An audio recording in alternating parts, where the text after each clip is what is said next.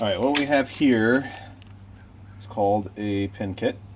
And in this pen kit contains everything we need to make this pen, other than the wood blank we have to turn. So I'll kind of go over the pieces real quick. This is called a slimline kit. We're making this one for my oldest, Hannah. So we have the actual pen mechanism. As you turn it, that's what raises and lowers the inkwell. Here's the pen blank, rather, the nib. Here's the upper part of the clip, the cap, the upper cap, and the clip, so that fits in there. We'll keep these all in the plastic bags. Here's the barrel, that's the middle of the pen here. That's the barrel, and then these are the brass tubes. And these brass tubes, you take these apart, these brass tubes are what's actually in here that attaches everything to the wood. We're going to go over that process as well, how to put that together. So the first step is we have to prepare the brass tubes. In order to prepare the brass tube, we need to take some 100 grit sandpaper. I just like the sponges because they give you a little more bite. And we're just going to twist half in there to scar it up.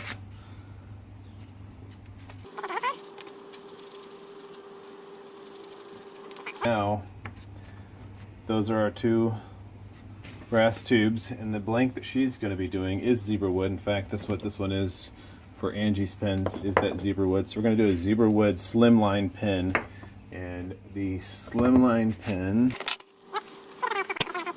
on this one, I went to the hobby store and got polymer clay and mixed up a bunch of swirl patterns with them. This a couple years ago, and then baked them in the oven. So this came out really cool. So now what we need to do is we need to cut this blank so that it fits the actual tubes.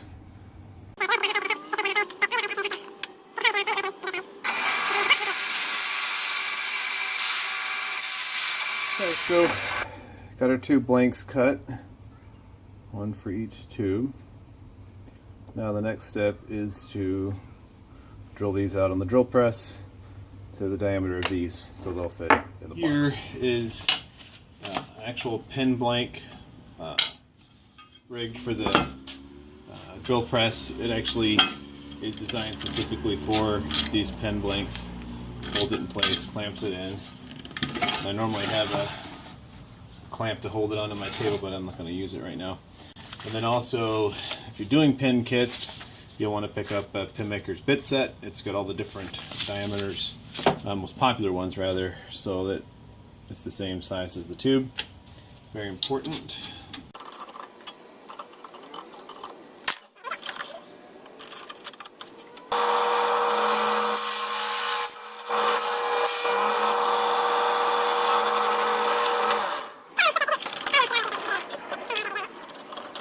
Normally I would also mark the center of the pen, because some blanks you eat up quite a bit of the blank, or you don't eat up a whole lot of the blank rather, so you want to make sure you're as close to the center so your material is thick enough all the way around. But these are really thin pens, so I just kind of guess on where my center is at.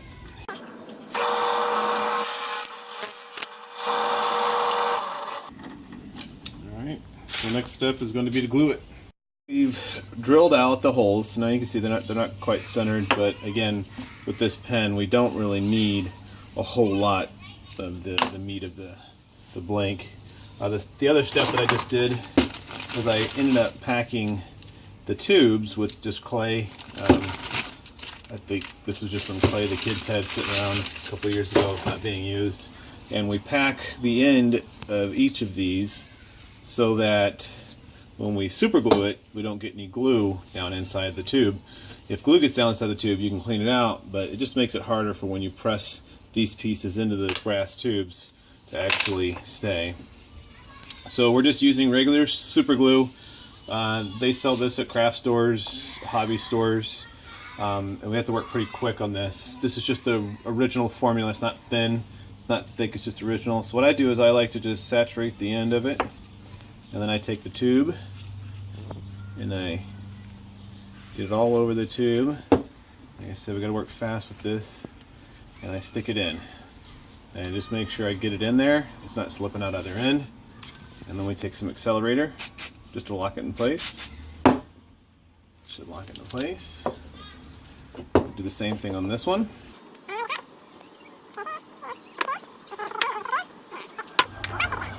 Alright, so the next step is to clean out the clay. So I just purchased these threaded rods for different sizes, different diameters. And so all you do is push it and it comes through. I think I also made a push stick at one time. You could actually, it was a little more of the diameter of the tube itself, and it ended up pushing the majority of it out. But if you look down there, I don't know if you can get a shot, down there, there's still a bunch of clay in there. So we want to clean it out with the rod, the threaded rod. And all those little threads usually pick it up pretty well. You end up cleaning it out. I don't know if you can see that or not.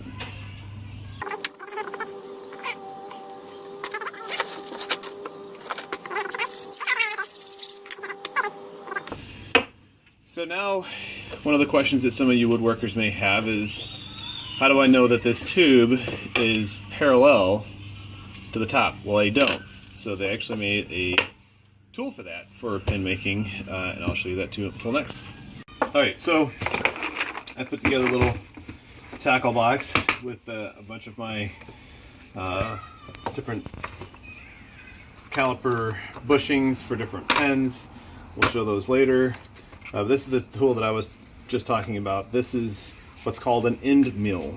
So if you can imagine the name, it mills the end of these, and the blades on here are perpendicular to the tube here, this guide. And when I cut it, it'll end up cutting the ends of these perpendicular rather to the tube. And then different, because obviously this diameter is not the same diameter on every pen. I've made actual adapters that fit on top of this to allow that end mill to fit in different size pens. So that's that. What we're going to end up doing is we're going to end up putting it on a press and then getting a drill and drilling these out. So this is my pen press and my pen vise. I made these plexiglass covers. This one's actually broken, but it still works, just so that the metal doesn't scar up the wood. But obviously on these we don't really care because it doesn't matter. We haven't turned it yet, so we'll take this, we'll put it in here. I'm gonna go grab the drill and we'll manually drill that.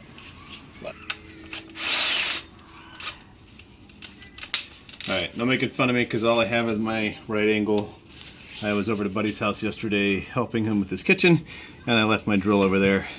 So all we do is insert that in there, and we're gonna cut the end here. And I don't know how close Hannah can get a shot here, but we're gonna cut it until we hit the brass. And that's still, oops.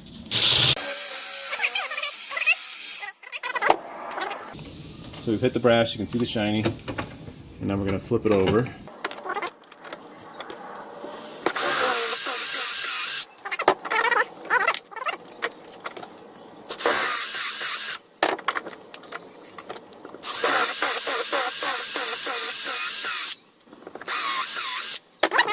What we have here are these bushings I was referring to earlier. And these bushings are guide bushings. They allow us to cut these blanks down to size on the ends so that they match the diameter of the actual parts. So on a slimline, there's only two bushings. The nib and the end cap are the same diameter, and then the barrel is a little bit thicker. So I just pulled out the nib because again I don't want to pull these out until I have to. To show you, we take our dial caliper here, or not dial caliper, digital caliper here, and then we measure, and we've got, you know, about 0.335. So then I want to make sure I'm using the right one on that. Well, obviously that one's too big, and there's the one we need to use. So this is going to be for the end and the cap, the nib and the cap, and then this will be for the actual barrel. So I just want to make sure I orientate these right and know which way I'm going. So I always build a pen from left to right. So on my lathe, I always lay it out so the nib is on the left. So I know this is going to go on the left, and I know this is going on the right. And I just need to make sure, though, I maintain that this is the nib. So when I take it over to my lathe, I'm actually going to put it on here. Oops, this up. Now I know that my nib is here and my barrel is here, so now we're going to start cutting. For me, and we're going to shape. So I'm going to slowly bring it into the piece until I just start to hit it. I don't want to try to take off too much at a time.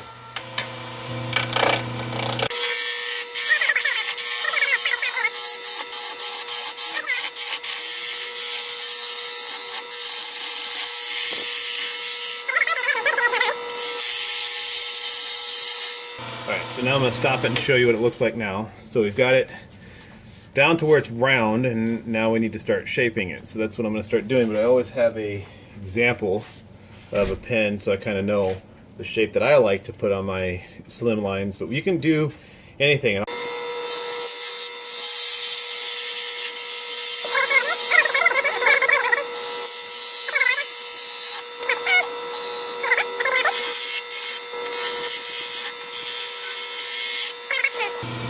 Basic shape down, and like I said, I'll stop it here so you can see it again.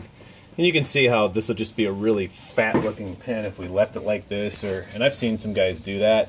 I just don't think it looks that great. I think it just looks silly. I like a nice little sleek slim line. On the slim line, I like to have the bottom half where you really hold it to have just a little bit of thickness to it, and the top half not so much, because this is where it's going to go in a pocket or a purse or whatnot. You just want to clip easily and not have a whole lot of tension on your clip itself.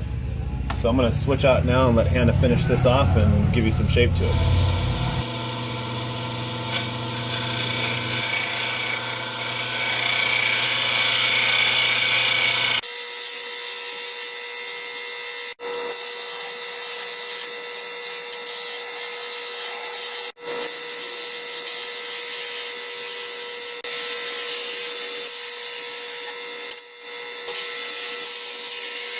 So now the next step is to actually sand the piece. So I'm going to pull this out of the way.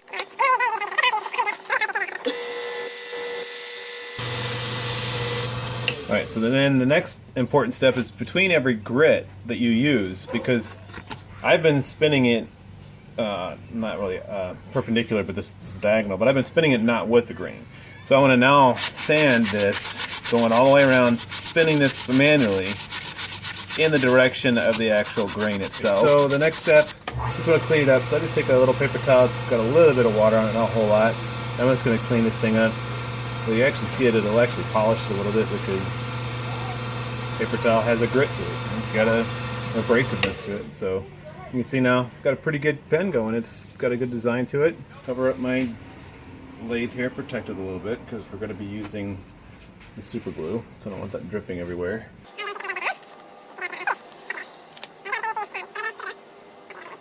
And I'm actually going to use super glue finish. Comes out really nice. You got to do it in layers though.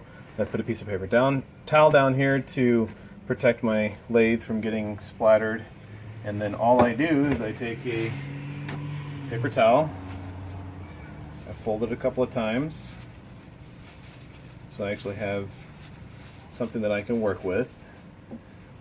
It's not my favorite paper towel to use for this, but I will, and I put about a dime size spot on there, and I'm just going to rub it on here back and forth. Now I'm going to rub it on and then leave it, because if I don't, the paper towel will end up sticking to it. The action of the lathe will dry it some, but I also like to have this accelerator, spray a little accelerator on there.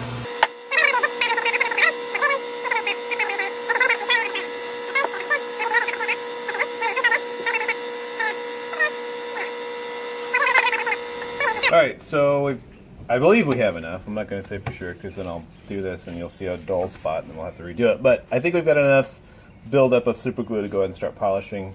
I use these polishing cloths. They range from 1500 grit all the way to 12,000.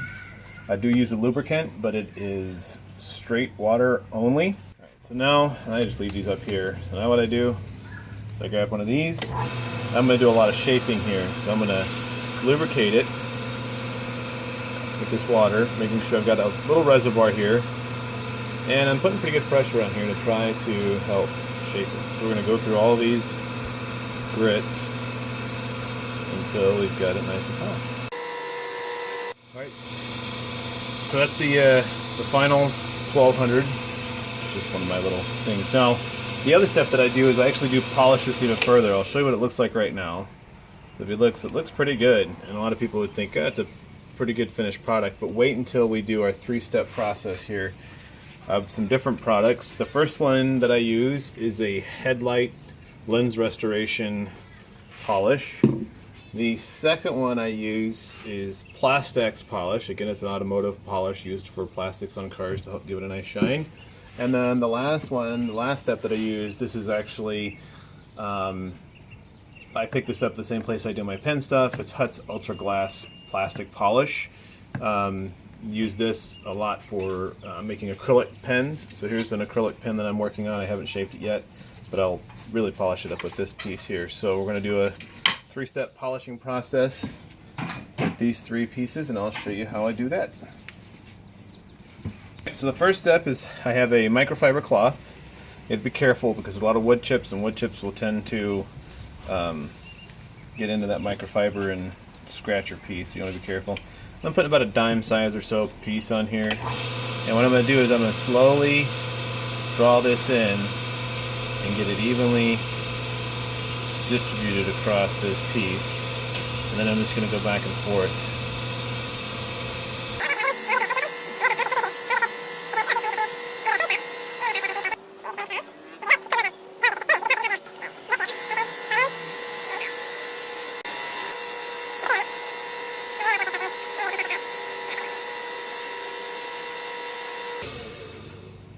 So now if you look at it, there's a pretty big difference between when we started with just our wet polishing to now.